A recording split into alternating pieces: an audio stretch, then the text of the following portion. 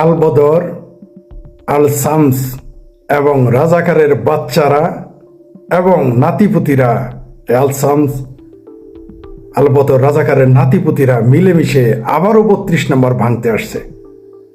আমি কিন্তু বারবার বলেছি, বাংলাদেশ আওয়ামী লীগ, বাংলাদেশ ছাত্রলীগ, বাংলাদেশ যুবলীগ এবং বাংলাদেশের মুক্তিযুদ্ধের সকল শক্তিকে ভরসা নয়, ভয়ঙ্কর রূপে ফিরতে হবে।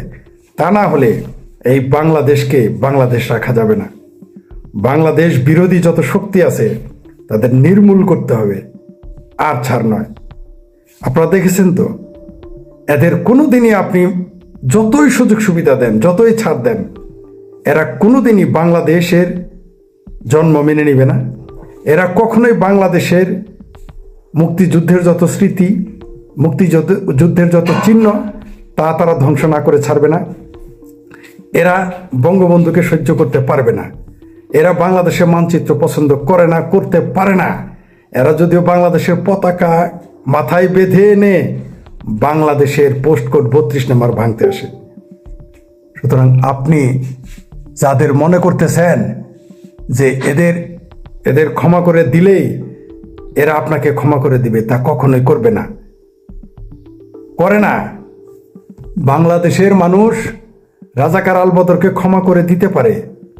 বাংলাদেশের মানুষ রাজাকার আল বদরকে ক্ষমা করে দিলেও রাজাকার আল বদর, আল শামস, তাদের বাচ্চা এবং তাদের নাতিপুতি মুক্তিযুদ্ধের পক্ষের মানুষকে কখনো ক্ষমা করে নাই, ভবিষ্যতেও করবে না।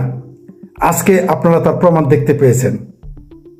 শেখ হাসিনার ফাঁসির রায়েতেও তারা খুশি নয়। তারা কি বলতেছে? ৩২ নম্বর ভাঙতে হবে।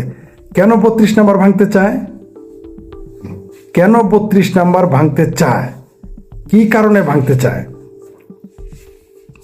তাদের একটাই রাগ, কারণ এই ৩২ নম্বর থেকে তাদের পেয়ারা পাকিস্তান ধ্বংস করে দেওয়া হয়েছে। তারা বলেছিল কিয়ামত পর্যন্ত পাকিস্তান টিকে থাকবে, কিন্তু তাদের পাকিস্তান ২৫ বছর বয়সে ভেঙে খান হয়ে গেছে। এই বেদনাতে তারা, এই দুঃখে প্রতিশোধ নিতে রাজাকার, আল বদর, আল শামস, তাদের বাচ্চা, তাদের নাতিপুতি সবাই মিলে ৩২ নম্বর ভাঙতে এসেছে। ডক্টর হুমায়ুন আজাদ স্যারের কথা আপনাদের মনে আছে তো, যে মুক্তিযোদ্ধা আজীবন মুক্তিযোদ্ধা নাও থাকতে পারে, কিন্তু রাজাকার আজীবন রাজাকার। তার প্রমাণ পেয়ে গেছেন তো। আমি আবারও বলতেছি, বাংলাদেশ আওয়ামী লীগ, বাংলাদেশ ছাত্রলীগ, বাংলাদেশ যুবলীগ এবং মুক্তিযুদ্ধের পক্ষের শক্তিদের ভরসা নয়, ভয়ঙ্কর রূপে ফিরতে হবে। তাছাড়া এদের আপনি কখনোই নির্মূল করতে পারবেন না। ৮০ মন ঘি কুত্তার লেঙ্গুরে ডললেও কুত্তার লেঙ্গুর কখনো সোজা হবে না। তেমনি পেয়ারা পাকিস্তানের লেঙ্গুর আপনি কোনোদিনই সোজা করতে পারবেন না। এদের বিরুদ্ধে শক্ত অ্যাকশনে যেতে হবে। আশা করি আগামীতে আর আওয়ামী লীগ এবং মুক্তিযুদ্ধের পক্ষের শক্তি এই ভুলটা করবে না, যে আবার তাদের ক্ষমা করে দিবে। আর একটা জিনিস বলি, এই স্যাঙ্গারু কোর্টের শেখ হাসিনার বিরুদ্ধে যে রায় দিচ্ছে, এই রায়কে বাংলাদেশের জনগণ থোড়াই কেয়ার করে। মুক্তিযুদ্ধের পক্ষের মানুষ শেখ হাসিনার বিরুদ্ধে দেওয়া এই তথাকথিত স্যাঙ্গারু কোর্টের রায়কে থোড়াই কেয়ার করে। বাংলাদেশ আওয়ামী লীগ তো এই রায়কে মানেই না, ছাত্রলীগ তো এই রায়কে মানবেই না, যুবলীগ তো এই রায়কে মানবেই না। তাদের এই প্রতারণা, তাদের সঠতা পৃথিবীর কাছে স্পষ্ট। তারা যে শুধুমাত্র শেখ হাসিনাকে ফাঁসি দেওয়ার জন্যেই এই তথাকথিত আদালতে তথাকথিত বিচারের মাধ্যমে এই চ্যাঙ্গারু কোর্ট একটা রায় দিচ্ছে, যার কোনো ভ্যালুই নাই।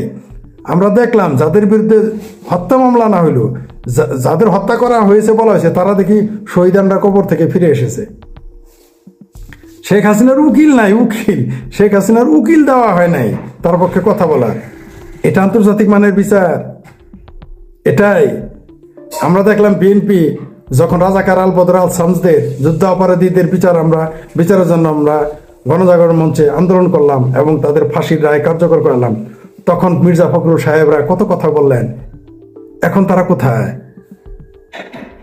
আসলে বাংলাদেশ দুই ভাগে বিভক্ত, মুক্তিযুদ্ধের পক্ষ আওয়ামী লীগ এবং মুক্তিযুদ্ধের এবং আওয়ামী লীগের বিপক্ষে একটি দল। বাংলাদেশ